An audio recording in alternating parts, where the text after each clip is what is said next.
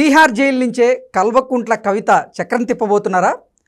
కల్వకుంట్ల కవిత మరో రాజకీయ పార్టీని పెట్టబోతున్నారా?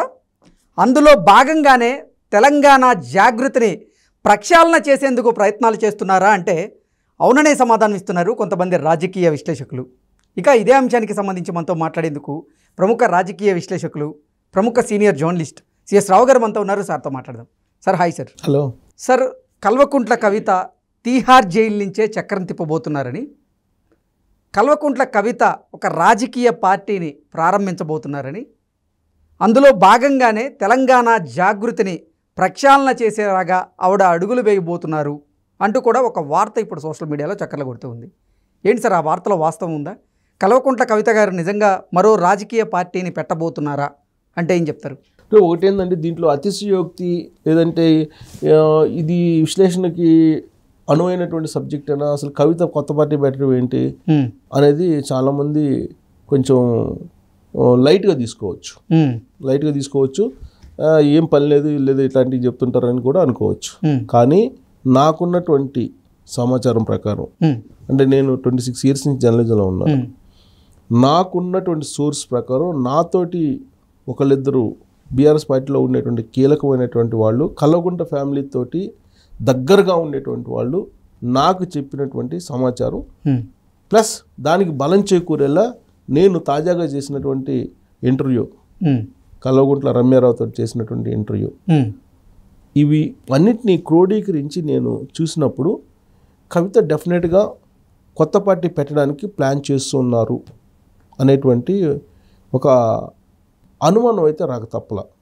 ఎందుకనంటే బీఆర్ఎస్ పార్టీ మనుగడ కష్టం అనేది క్లియర్గా రాజకీయ చదరంగంలో కనిపిస్తూ ఉంది. దాంతోపాటుగా అసలు ఒకవేళ బీఆర్ఎస్ మనుగడ సాధించినప్పటికీ బీఆర్ఎస్లో ఇంకా ముఖ్యమంత్రి అభ్యర్థిగా ఉండేది కేటీఆర్ గారే, నాకు అవకాశం రాదు ముఖ్యమంత్రిగా అంటూ కవిత గారు భావించారని కూడా కొన్ని వార్తలు అయితే వచ్చాయి. కవిత భావించారు, ముఖ్యమంత్రి కావాలని ఆమెకు బలమైనటువంటి కోరిక ఉంది. బీజేపీ వాళ్ళతో అప్పట్లో టచ్లోకి వెళ్ళారు. ఆ తర్వాత అది బయటకు వచ్చింది ఆ విషయం కూడా.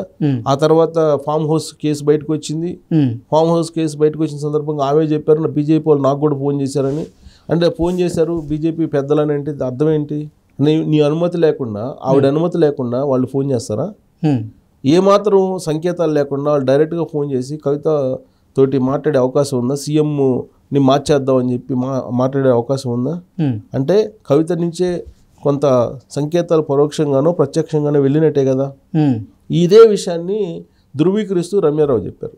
ఓకే, డెఫినెట్గా టచ్లో ఉంది బీజేపీ వాళ్ళతోటి, అవసరమైతే ముఖ్యమంత్రి కావాలని ప్రయత్నం చేశారు కవిత అని చెప్పి ఆవిడ చెప్పారు. నా ఇంటర్వ్యూలో చెప్పారు. అంటే బీఆర్ఎస్తో సంబంధం లేకుండా సార్ కేసీఆర్ని దించుతామని చెప్పి ఒకనొక మూమెంట్లో 2023 ఎన్నికల ముందు చెప్పారు కదా బీజేపీ వాళ్ళు.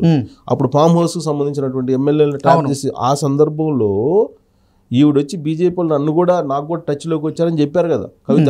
అవును, అంటే టచ్లోకి రావడం అంటే డైరెక్ట్గా నేను అడగరు కదా, ప్రత్యక్షంగానో పరోక్షంగానో సంకేతాలు ఇస్తేనే కదా, లేకపోతే అయితే అడగరు కదా. ఢిల్లీ రాజకీయాలు చేస్తున్నారనేది అర్థమవుతుంది కదా, ఢిల్లీ లిక్కర్ స్కామ్ను బట్టి ఢిల్లీలో లాబింగ్ నడుపుతున్నట్టు అర్థమవుతుంది కదా. సో ఈ పరిణామాలన్నీ చూసిన తర్వాత బీఆర్ఎస్ పార్టీ నుంచి ముఖ్యమంత్రి కావాలని ప్రయత్నాలు అయితే కవిత చేశారు అనేది రమ్యారావు చెప్తున్నటువంటి మాటలు. ఇప్పుడు కాదు, అసలు అంతకుముందే ముఖ్యమంత్రి కావాలనేటువంటి ఒక బలమైనటువంటి కోరిక ఉండేది ఆవిడికి అనేది ఆవిడ చెప్తున్నారు. ఎందుకంటే వాళ్ళ ఫ్యామిలీ మెంబర్ కాబట్టి తెలుసు. సరే, దీంట్లో కుటుంబం సంబంధించి కేటీఆర్, హరీష్ రావు, తర్వాత సంతోష్ రావు వీళ్ళంతా ఒక ఏదో ప్లాన్స్లో ఉన్నారు, బట్ కవిత ఇంకో ప్లాన్లో ఉన్నారు అనేది ఇన్ఫర్మేషన్. సో ఆ ప్లాన్ ఏంటి అనుకుంటున్న సమయంలో పార్టీ పెట్టాలంటే, లేదంటే సీఎం కావాలన్నా డబ్బులు కావాలి.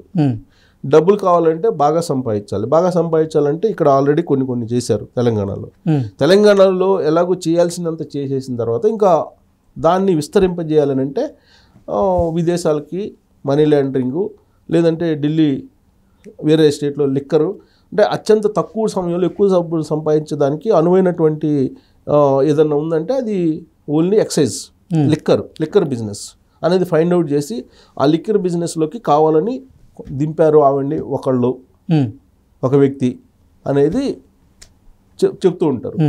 సో ఎందుకు ఆ విధంగా లిక్కర్ బిజినెస్లో దిగి డబ్బులు బాగా సంపాదించుకోవాలనుకున్నారు అని అంటే ముఖ్యమంత్రి కావడానికి.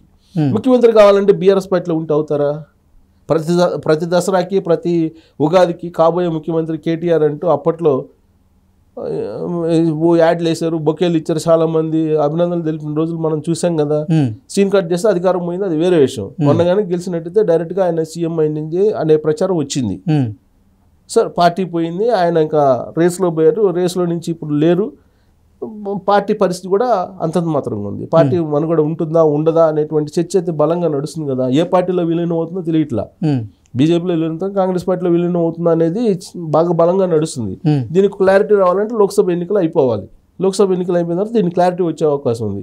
ఇదంతా కేసీఆర్ లేదంటే హరీష్ రావుకు సంబంధించిన వ్యవహారం. కానీ కవిత వేరే ఆలోచనలో ఉన్నారు అనేది ఇప్పుడు ఢిల్లీ వర్గాల నుంచి అందుతున్న సమాచారం. ఏంటంటే ఆల్రెడీ తీహార్ జైల్లో ఉంది ఆవిడ. వెల్కమ్ టు తీహార్ క్లబ్ అంటూ సుఖేష్ చంద్రశేఖర్ ఆల్రెడీ ఆయన లెటర్ రాశారు. ఇప్పుడు ఆల్రెడీ కేజ్రీవాల్ కూడా జైల్లోకి వెళ్ళారు. సిసోడియా జైల్లో ఉన్నారు. లిక్కర్ స్కామ్కి సంబంధించిన అందరూ జైల్లోనే ఉన్నారు. ఈ జైల్లో ఉన్నటువంటి వాళ్ళందరినీ ఒక చోట కూర్చోబెట్టి విచారించే అవకాశం ఉందని కూడా చెప్తూ ఉన్నారు. సరే ఏదైనా కానీ లిక్కర్ స్కామ్లో నేను లేను, నేను కడిగిన ముత్యం అని చెప్పి ఆవిడ చెప్తున్నారు. కడిగిన ముత్యం లాగా నేను బయటకు వస్తానని చెప్తున్నారు. ఒకవేళ కేసు కాదు, పొలిటికల్ ల్యాండరింగ్ కేసు అని చెప్పి ఆవిడ చెబుతున్నారు. ఇంకొక వైపు ఆవిడ తీహార్ జైలుకి వెళ్ళటానికి ముందే ఈ తెలంగాణ జాగృతి అనే దాన్ని కొంచెం ప్రక్షాళన చేయటం మొదలుపెట్టింది. కొన్ని కమిటీలు రద్దు చేయటం ఏదో చేశారు. అంటే ఒక స్వచ్ఛంద సంస్థగా, లేదంటే అదేదో ఒక తెలంగాణకు సంబంధించినటువంటి సంస్కృతి సాంప్రదాయాలను కాపాడేటువంటి ఒక సంస్థగా ఏర్పడింది. అది దాన్ని రాజకీయ పార్టీగా మార్చేందుకే ఈ తెలంగాణ జాగృతి కమిటీలను రద్దు చేశారు అనేది ఇంకొక వర్షన్ వినిపిస్తుంది. అంటే రాజకీయ పార్టీగా దాన్ని మార్చుకొని ఆ తిహార్ జైలు నుంచి వచ్చిన తర్వాత ఆ పార్టీ తరఫు నుంచి ఆవిడే డైరెక్ట్గా రంగంలో దిగుతారు నెక్స్ట్ ఎలక్షన్కి అనేటువంటి వర్షన్ ఇప్పుడు వినిపిస్తుంది. సరే ఇది మనం నమ్మొచ్చా అని అంటే నమ్మడానికి అవకాశాలు ఉన్నాయి. ఎందుకంటే పుష్కలంగా డబ్బుని సంపాదించేశారు.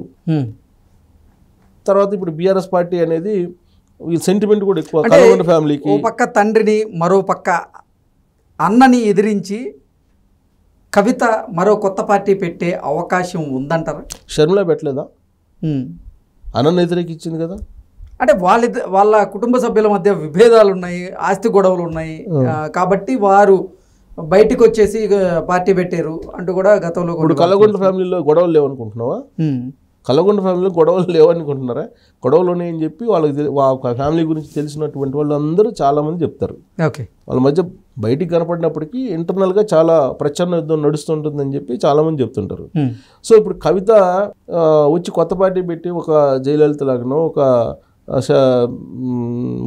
ఒక మమతా బెనర్జీ లాగనో లేదా శశికళ లాగైనా పోరాడతారు కదా.